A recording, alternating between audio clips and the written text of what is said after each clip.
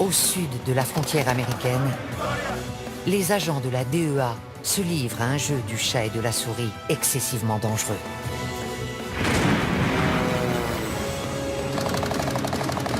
Dans toute l'Amérique centrale, ces flics d'élite combattent les cartels. On n'a jamais vu ce genre de bateau. Le flot de cocaïne d'inonder le marché nord-américain. Il y en a une sacrée quantité. Il en sort de partout. Face à eux, un ennemi ingénieux et brutal. Il a avalé 100 boulettes, l'équivalent d'1 kilo. Des milliards de dollars sont en jeu. La vache. Ça fait un paquet de blé. Allez-y, nettoyez le secteur. Bon sang. Découvrez les coulisses d'une guerre dont tout le monde a entendu parler, Le voilà. mais dont peu connaissent la réalité. Vous ne nous dites pas la vérité. C'est lui avec le bébé. Nom de Dieu. Oh, bon sang.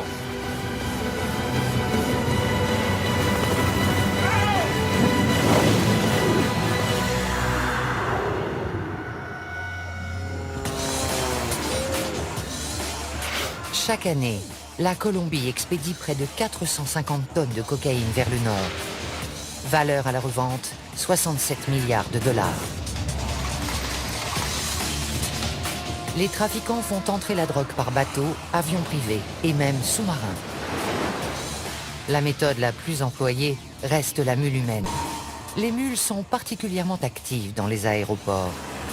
Une brigade de flics d'élite locaux et 2 agents de la DEA, Liam et Jack, sont chargés de les traquer.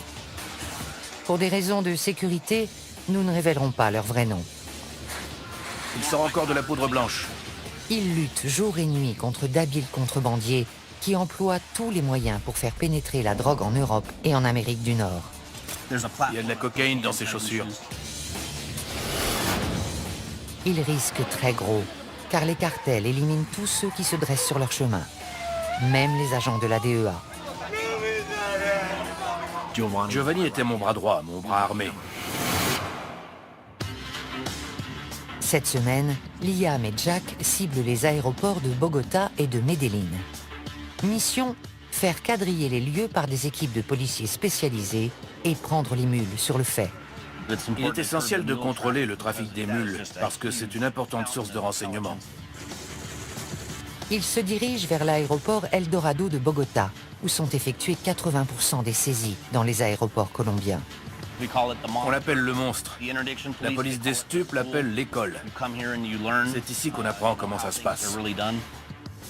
Il y a quel vol ce soir? Il y en a un pour Barcelone, 2 pour Madrid, Francfort et plus tard Mexico.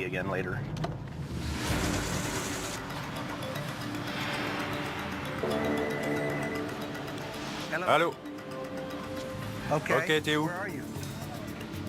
On est en train d'arriver. Salut.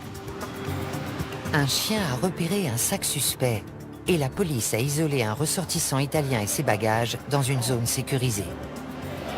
Ils sont sûrs qu'il y a de la coke dedans, alors ils les ont mis sous clé.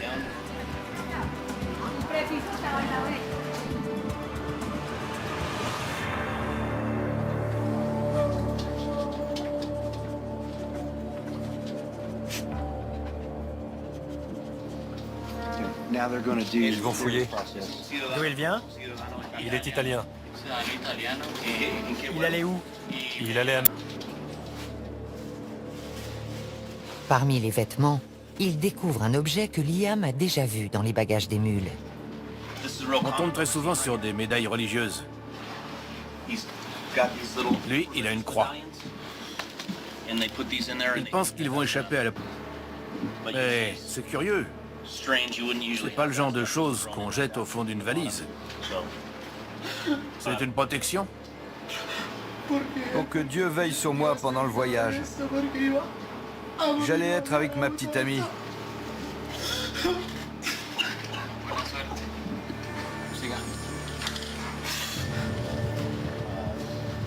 La veste n'est pas normale à la palpation. Il y a quelque chose de lourd dans la doublure. Il perce le tissu pour récupérer la substance et la passer dans ce test de détection positif à la cocaïne. Dans ce cas, Le jeune Italien sera arrêté et passera les 3 prochaines années dans une prison colombienne. Voilà. Test positif à la cocaïne. Positif.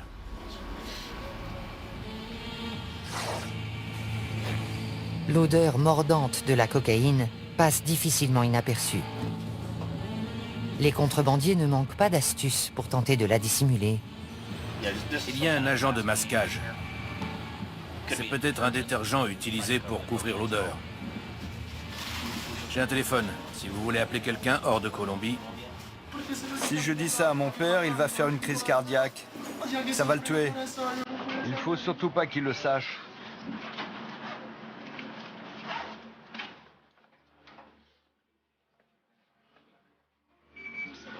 Je suis arrivé en Colombie le mois dernier avec ma petite amie. Elle est enceinte.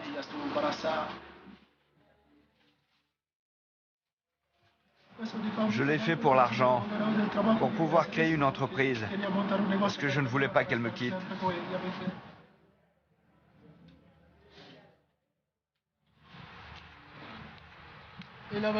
C'est elle qui avait organisé cette folie. Elle voulait qu'on passe notre vie ensemble.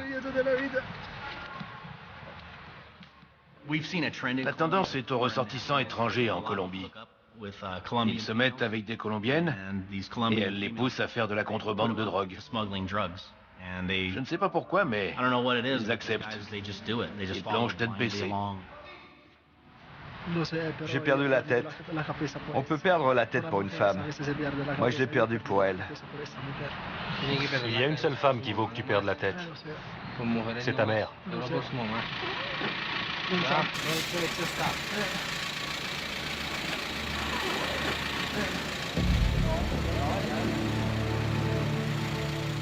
Le boulot de Liam et de Jack ne se résume pas à arrêter des mules.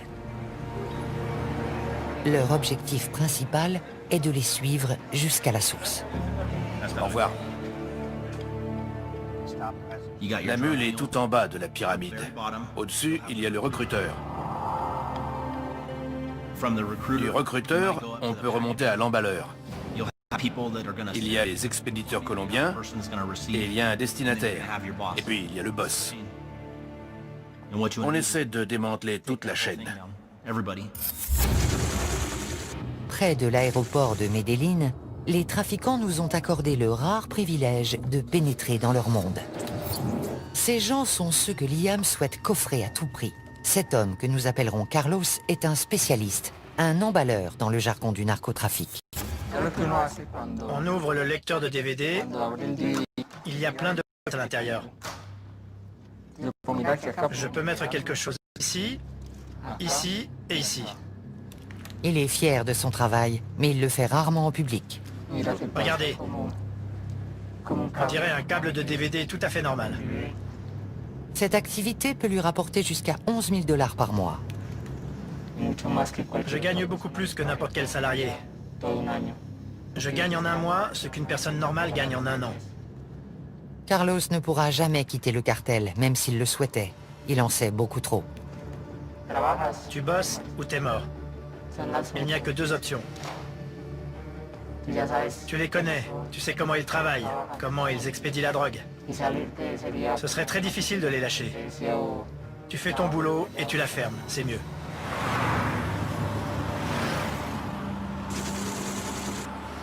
Dans une autre planque, un autre spécialiste prend des risques encore plus grands. C'est une mule que nous nommerons José. Allô? Comment tu vas? Au bout du fil, le boss de José. Il veut savoir si la coke est prête à partir. Oui, ils viennent d'arriver. Marty a envoyé des chocolats.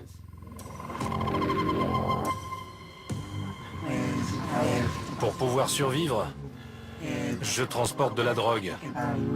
Je la transporte par avion, dans mon jean.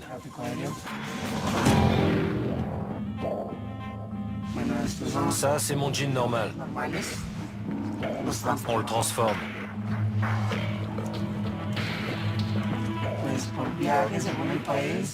Je gagne entre 8 000 et 9 000 $ par voyage. J'ai toujours peur. Je regarde tout le temps dans mon dos.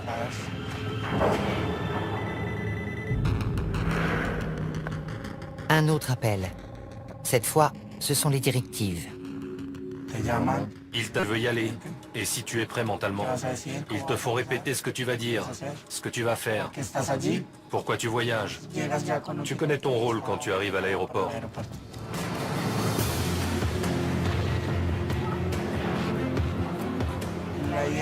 Le but, j'essaye de beaucoup parler avec les préposés qui s'occupent de moi, parce qu'ils observent ton attitude et ta personnalité.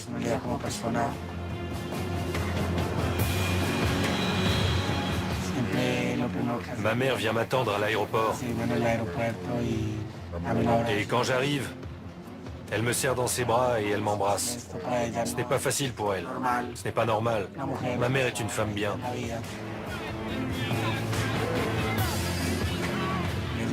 Je risque de me faire arrêter à l'étranger et de prendre 30 à 35 ans de prison. Ça vaut le coup. C'est nécessaire.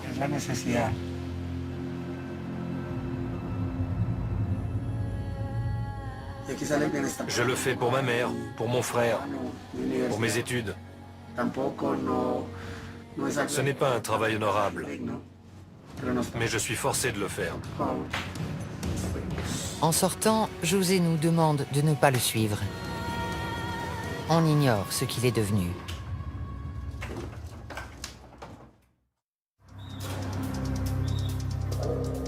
Au terminal de fret de l'aéroport de Bogota, les agents de la DEA et leurs collègues colombiens viennent de découvrir de la cocaïne dissimulée dans un colis d'aspect anodin. L'imagination n'a pas de limite. Ce paquet était expédié en Angleterre. C'est un livre pour enfants. À première vue, il a l'air normal. Mais il dit qu'on a dissimulé de la cocaïne dans la couverture.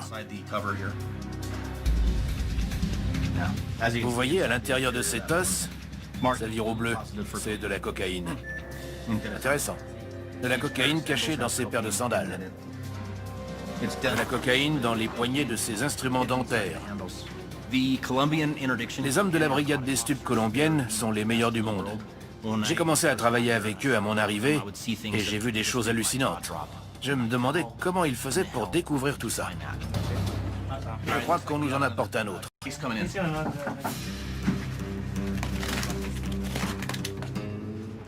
C'est un carton de déodorant à billes à destination de l'Espagne. Et les flics étaient soupçonneux. Je suis d'accord, ça n'a pas de sens.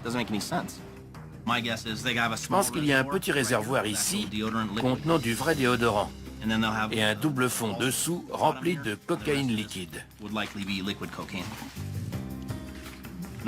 Je vais passer pour un crétin si je me trompe. Mais d'après mon expérience, je dois être dans le vrai. Perce un petit trou ici. Liquide?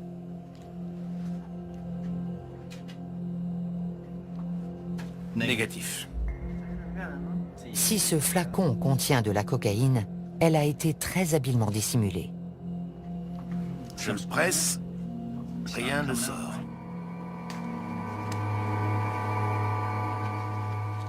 Bleu, positif, cocaïne.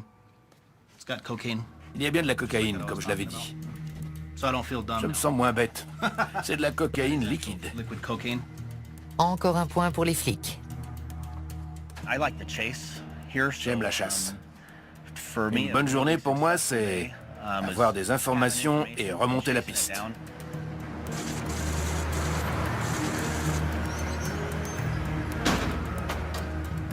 Dans l'après-midi, les hommes contrôlent des manifestes d'expédition.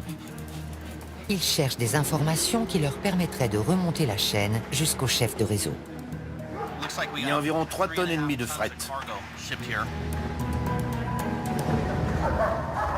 Il suffirait d'un indice pour nous aiguiller.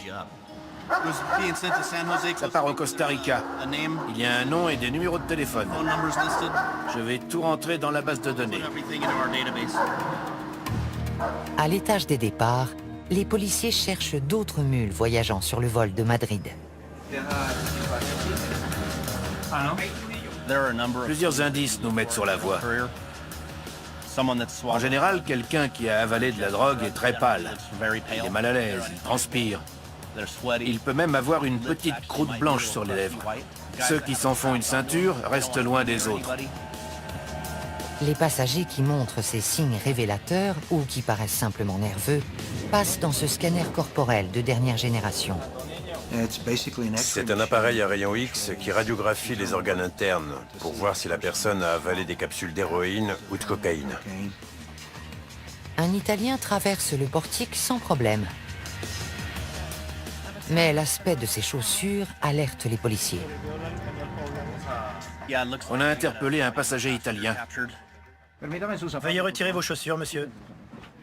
On va pratiquer les premiers tests pour voir s'il y a de la cocaïne ou de l'héroïne dans ses chaussures. C'est positif à la cocaïne. Bleu. Bilan du vol de Madrid, une seule mule. Mais ce n'est que la première arrestation d'une soirée qui va se révéler trépidante.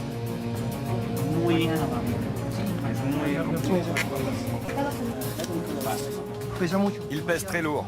Trop lourd. Un petit échantillon? Voilà. Cocaïne. Il y a de la cocaïne liquide dans ce jean. On voit de la cocaïne liquide au quotidien depuis environ 1 an et demi. On en saisit beaucoup parce que c'est facile à dissimuler. Quand une méthode marche, ils s'en servent jusqu'à ce qu'elle ne marche plus, et là ils changent. Parmi les nouvelles techniques, les vêtements imbibés de coke liquide. Il les trempe dedans, comme pour faire la couleur qui ressort est caractéristique de la cocaïne.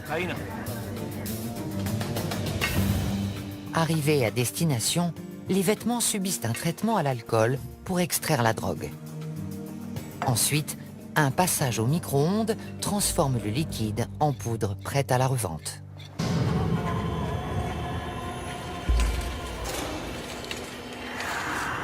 Toutes les formes de contrebande sont risquées, mais la méthode la plus dangereuse est celle des bouletteux. Liam et le major Delgado de la police colombienne répondent à un appel. Une mule qui avait ingéré 40 boulettes a été arrêtée. Cette fois, il ne s'agit pas de cocaïne, mais d'héroïne. Si elle se répand dans l'organisme, elle tue encore plus vite que la coke. Nous sommes à l'hôpital Anguattiloa. Cette femme a été prise ce matin. Comme vous le voyez, il y a plusieurs boulettes. Le test préliminaire s'est révélé positif à l'héroïne. Normalement, un policier accompagne la personne aux toilettes et la regarde expulser les capsules. Ensuite, il lui fait laver les matières fécales, puis il place les boulettes dans une pochette en plastique.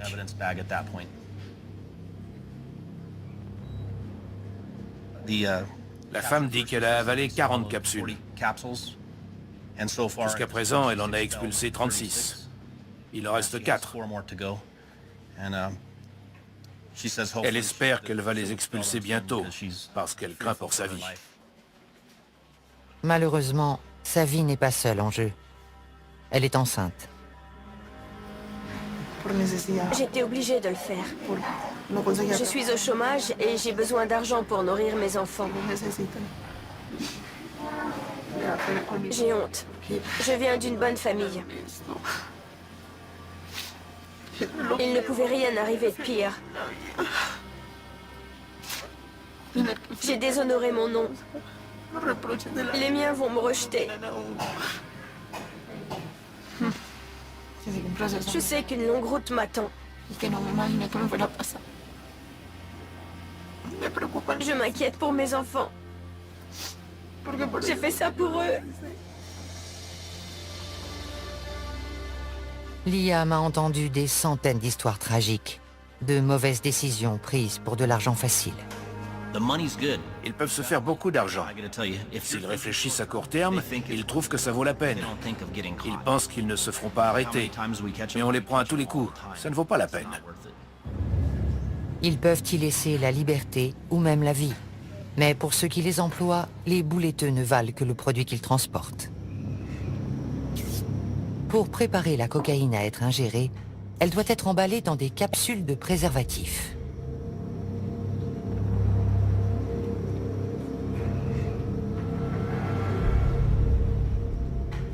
On m'apporte le produit, on me dit emballe-le et c'est tout.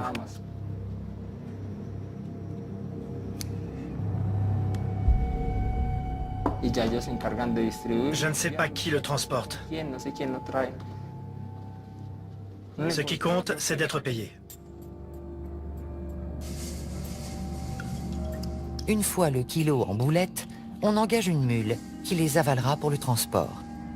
Nous appellerons celle-ci Moreau. Moreau est bouletteux depuis 10 ans. Il connaît parfaitement les risques. Jusqu'à présent, j'ai fait beaucoup de voyages et je m'en suis sorti vivant. Mais j'ai beaucoup d'amis qui sont morts en traversant la frontière. L'huile permet aux boulettes de passer plus facilement. Mais avec une telle concentration de drogue, la moindre fuite pourrait causer un arrêt cardiaque. C'est très dangereux.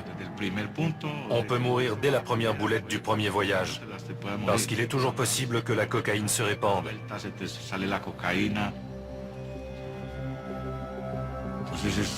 C'est le métier de la mort.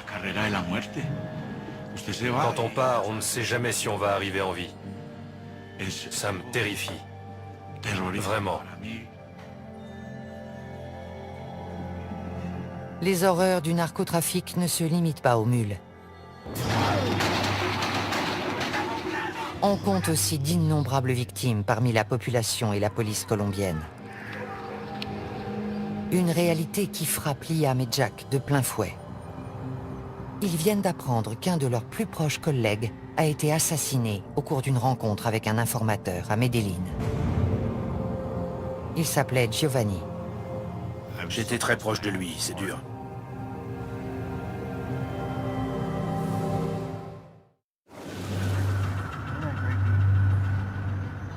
Liam et Jack se rendent à Medellín, où ils comptent investir l'aéroport pour la seconde phase de leur opération coup de filet. L'objectif de ce voyage dépasse le strict cadre de l'arrestation de mules. Ils veulent trouver les assassins de Giovanni. Je vais à Medellín pour des raisons personnelles. Un de mes meilleurs amis a été tué. On vient coordonner l'enquête sur son assassinat. L'ancien bastion de Pablo Escobar demeure l'épicentre du trafic de drogue, un terrain très dangereux pour la DEA. Tout policier risque la mort à Medellín. Il faut être sur le qui-vive. Quand je viens dans cette ville, je suis prêt à tout. J'ai repéré une moto blanche derrière nous. Elle nous suit depuis une dizaine de minutes. Le conducteur s'intéresse beaucoup à nous. Il n'arrête pas de nous regarder. Il n'est peut-être pas dangereux, mais il pourrait appeler quelqu'un pour dire qu'il a vu quelque chose de bizarre. Les trafiquants sont peut-être déjà au courant de leur présence. Mais Liam et Jack continuent jusqu'au jardin botanique où Giovanni a été abattu. Giovanni était l'un des meilleurs policiers que j'ai rencontrés. Il avait un cœur de lion. Il ne connaissait pas la peur. Il faisait un boulot formidable et ça rejaillissait sur moi. Je me reposais sur lui. C'est là? On peut se garer à l'intérieur? C'est arrivé à 7h25 du matin. Il devait y avoir autant de monde que maintenant. Faut être vraiment gonflé pour faire ça en plein jour. Giovanni croyait avoir rendez-vous avec un informateur quand il a été tué de sang-froid devant des centaines de personnes. D'après les preuves matérielles et les photos de la scène de crime, le véhicule de nos hommes était garé dans ce sens. Le conducteur et le passager à l'avant, personne derrière. 2 tueurs se sont approchés par les côtés. L'un du côté du conducteur, l'autre du passager. Ils ont ouvert le feu. L'un d'eux est arrivé à la hauteur de la portière passager. Il a éjecté un magasin, en a mis un autre et a recommencé. Puis il a reculé. Et ils se sont enfuis. Ils étaient entraînés. Ils avaient une expérience militaire vu la façon dont ils se sont approchés du véhicule et dont ils tenaient leur arme. Ils la tenaient pas comme des gangsters. C'était pas leur premier assassinat. Ils vont ratisser le quartier en quête de renseignements. On doit aller à plusieurs endroits, mais vous ne devez pas vous montrer. Est-ce être présent ce jour-là? D'autres gens qui sont souvent dans le coin. Peut-être. Vous devriez aller voir par là. Est-ce que la police a demandé la vidéo de surveillance? C'était là. L'homme à qui il parle a une vue parfaite sur la scène de crime. Mais il prenait sa douche au moment clé. Personne ne sait quoi que ce soit sur l'assassinat. Il y avait des yeux partout, mais personne n'a rien vu. Pour nous, cela signifie que la Oficina contrôle le quartier. La Oficina de Envigado est un syndicat de tueurs à gages, le groupe le plus meurtrier de Colombie. La Oficina a toujours été un élément criminel violent. Ils sont furieux parce qu'on a arrêté quelques chefs haut placés et je suis sûr qu'ils seraient ravis de tuer ou de blesser un membre de la DEA. Malheureusement, notre mini-quadrillage n'a pas donné grand-chose. Le pompiste travaillait ce matin-là. Il a entendu les tirs, mais il n'a rien vu. Le portail était ouvert, mais nos hommes ne sont pas entrés. Ils se sont garés là. Ça me paraît bizarre, parce qu'ici c'est un trottoir. Pourquoi n'ont-ils pas été plus loin pour libérer le passage? C'est une rue complètement dégagée et très fréquentée. Drôle d'endroit pour une fusillade. Je crois que la Oficina voulait que l'assassinat soit public.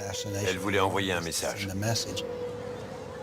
Il y a sans doute eu des centaines de témoins, mais personne ne parle. Le quartier est sous leur coupe. Les gens ont peur de parler.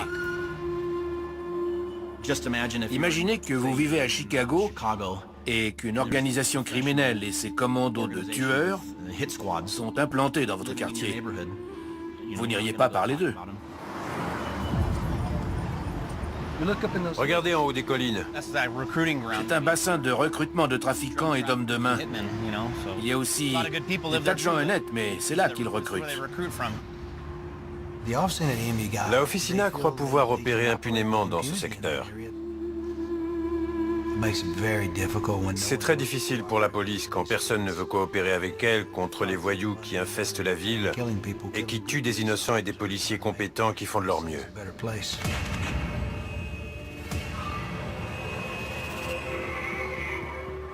Caché dans ces collines, un tueur à la solde d'un cartel a accepté de nous confier sa vision de la guerre en cours. Il se prépare pour son prochain contrat, qui ne lui rapportera que 400 $. J'avais 16 ans quand j'ai commencé. J'ai grandi dans un quartier où il était courant de tomber sur un cadavre dès qu'on sortait de chez soi le matin.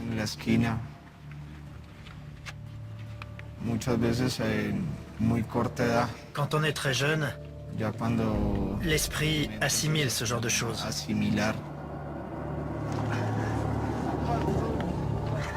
Ce n'est pas une excuse. Venir d'un quartier défavorisé n'autorise pas à tuer. Comment peuvent-ils faire ça à d'autres êtres humains? Je ne comprends pas.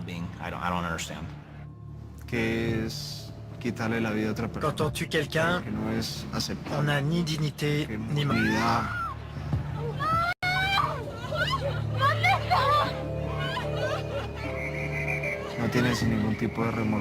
On n'éprouve aucun remords.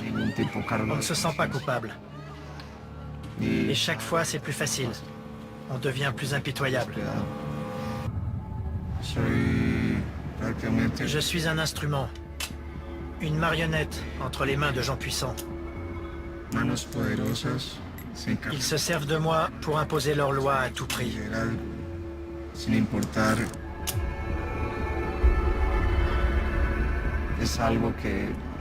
C'est quelque chose qu'on a dans le sang. Comme un fil dans un tissu. Quand on commence à tirer dessus, on ne s'arrête plus.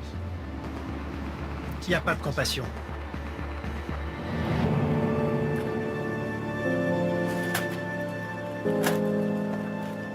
Bien qu'il traque sa victime avant de la tuer, l'assassin ignore la raison du contrat. On suppose que la personne qu'on va éliminer n'est plus utile au groupe. Ou que c'est simplement un innocent qui en sait trop.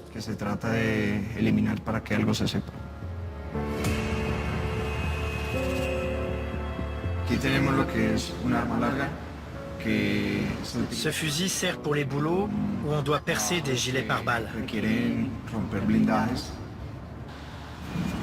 Avec le pistolet, on tire, puis on le cache.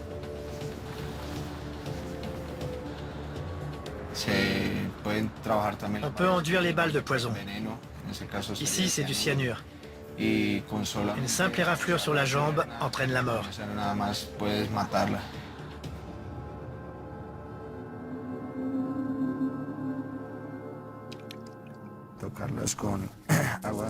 On lave les balles à l'eau bénite et on récite la prière de l'assassin.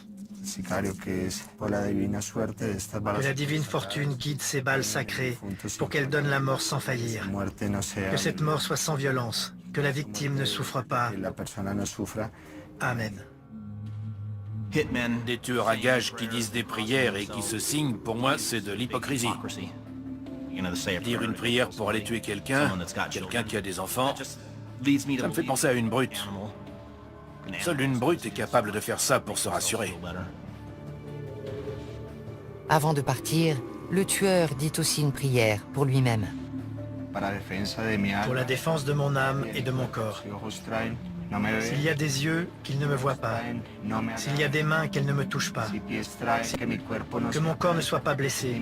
Que mon sang ne coule pas et que je ne perde pas mon âme. Au nom du Père éternel et de la Sainte Trinité. Amen.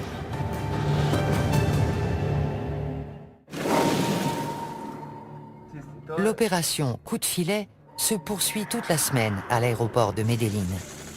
Une suspecte est dirigée vers le scanner corporel. Les rayons X montrent des images très bizarres, de taille et de forme identiques. Ce n'est pas normal pour des organes internes. C'est la première fois que je vois ça et j'ai vu des milliers de scans corporels.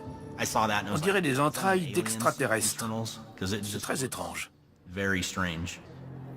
Une heure plus tard, Liam et Jack se rendent aux urgences pour prendre des nouvelles de la jeune femme, dont la vie est en danger.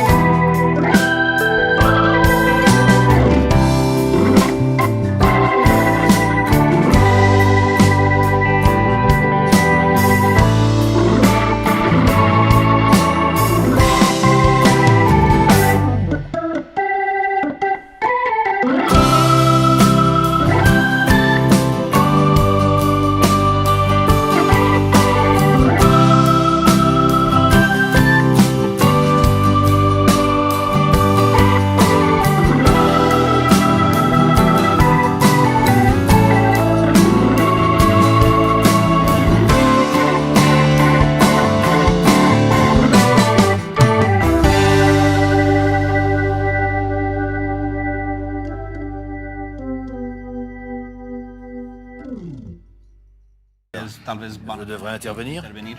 Sans doute. D'après le médecin, si ces boulettes mal faites restent plus de 48 heures dans le système digestif de la patiente, c'est la mort presque à coup sûr. Il lui est arrivé de devoir ouvrir entièrement la cavité abdominale pour les extraire. Si la jeune femme a pesé les conséquences de sa décision, son recruteur a certainement minimisé les risques. Ils leur disent « T'inquiète pas, on a payé les flics, on le fait tout le temps. Tu vas gagner de l'argent, il n'y a aucun problème. » La mule qui croit ce mensonge commet sa première erreur. Son décès serait la première mort par overdose de l'opération Coup de filet. Non, c'est pas facile. Giovanni me disait tous les jours « Estamos en guerra », on est en guerre. « Somos un equipo, estamos en guerra ». On est une équipe, on est en guerre. C'était son leitmotiv. Ce soir, la guerre pourrait faire une nouvelle victime. Mais pour Liam et Jack, une petite victoire se profile. On a trouvé un témoin potentiel du meurtre de Giovanni.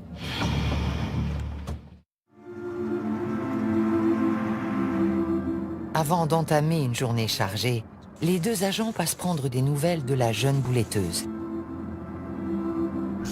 On fait juste un saut à l'hôpital pour voir comment elle va.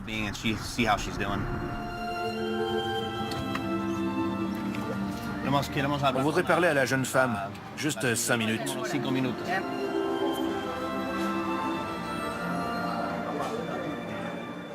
Je crois qu'elle est aux toilettes. Elle a expulsé la dernière? La dernière est passée.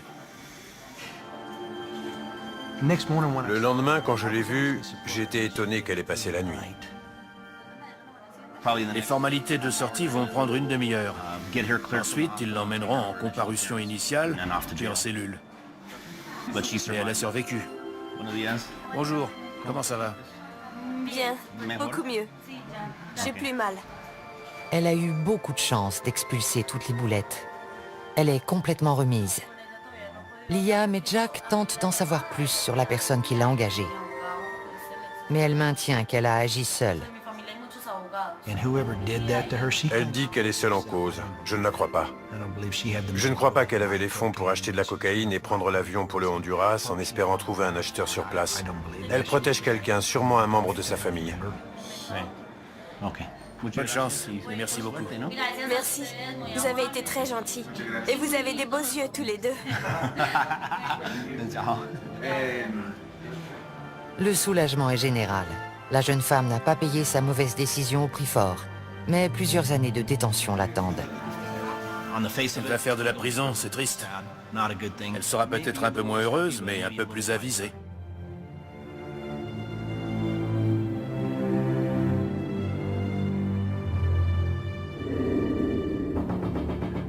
Dans l'après-midi, Liam et Jack apprennent qu'un coup de fil important a été intercepté. Ils pensent qu'il provient de l'un des organisateurs de l'assassinat de Giovanni. Il flippe complètement au téléphone. Il dit qu'on lui a tiré dessus. Ils se rendent à l'hôpital où l'homme est soigné. Pour Liam, on a voulu l'abattre à cause de ce qu'il sait. On va lui mettre les points sur les i. Tu sais que tu seras mort très bientôt. Si tu veux t'en sortir, on est là pour t'aider.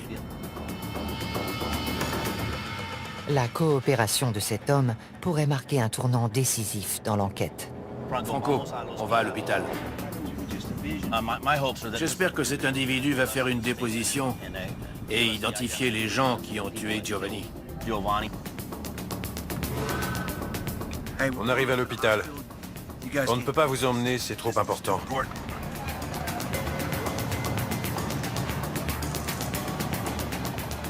On voudrait l'interroger. Il vient d'être blessé. Espérons que ça lui a ouvert les yeux et qu'il nous donnera des informations sur les tireurs. S'il capture le responsable de l'assassinat de Giovanni, c'est tout un réseau de tueurs qui pourrait tomber. Ils ressortent une trentaine de minutes plus tard, plus tôt que prévu. Alors? Ça s'est pas passé comme on voulait. Le type soutenait qu'il ne savait rien. Son histoire n'était pas crédible. Il a menti tout du long. Regardez l'homme qu'on vient d'interroger. Il est couvert de sang, des pieds à la tête. Il a nié tout en bloc. Il n'a montré aucun remords pour ce qui est arrivé à nos flics.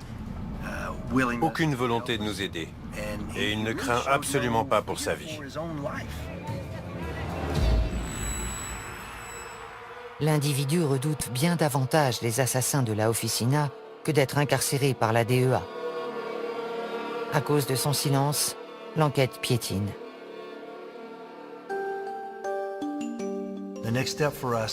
La prochaine étape consiste à demander un mandat d'arrêt pour cette personne.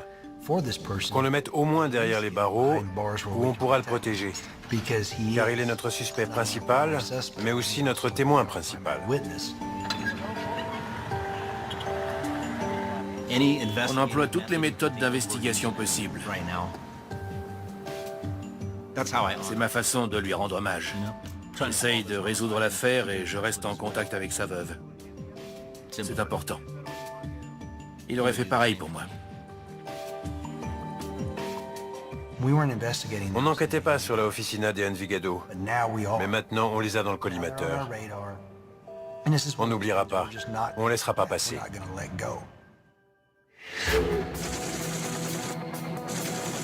L'opération coup de filet s'achève. Ce soir, Liam et Jack donnent une conférence de presse sur une saisie d'une importance considérable.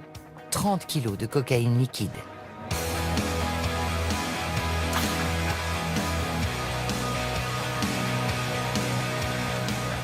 Chacun de ces sachets d'apparence anodine contient un ballon de la plus pure cocaïne liquide. Elle a été dissimulée avec art, mais c'est le boulot de la DEA. Vous avez essayé de ce côté? Non, je le sens au toucher. Pas à l'odeur. Ils sentent rien, mais eux, ils ont reniflé plus de cocaïne que moi. Si vous l'ouvrez normalement et que vous pressez dessus, il sentira de la mayonnaise ou du ketchup. Et vous ne sentirez pas la cocaïne. Mais dès que vous percez le sachet, l'odeur de la cocaïne couvre tout. Celui qui l'a emballé a fait du bon boulot pour la masquer. C'est une bonne méthode de contrebande. On a tout vu ici, dans le pantalon, les vêtements imbibés. Leur imagination en matière de cachette n'a pas de borne. Cette saisie est une victoire pour la DEA et ses collègues colombiens. Et alors même qu'ils se réjouissent, les trafiquants échafaudent de nouveaux plans et expédient des tonnes de drogue vers l'Amérique du Nord. On nous demande si ça vaut la peine, si on change quelque chose. Il n'y a pas de doute, on est efficace. La présence de la DEA en Colombie a réduit le trafic de drogue. Depuis mon arrivée, la sécurité publique s'est améliorée. L'économie et la population s'en trouvent mieux. Soldats dans une guerre d'une violence inouïe, confrontés à la puissance de milliards de dollars, Liam et Jack poursuivent le combat.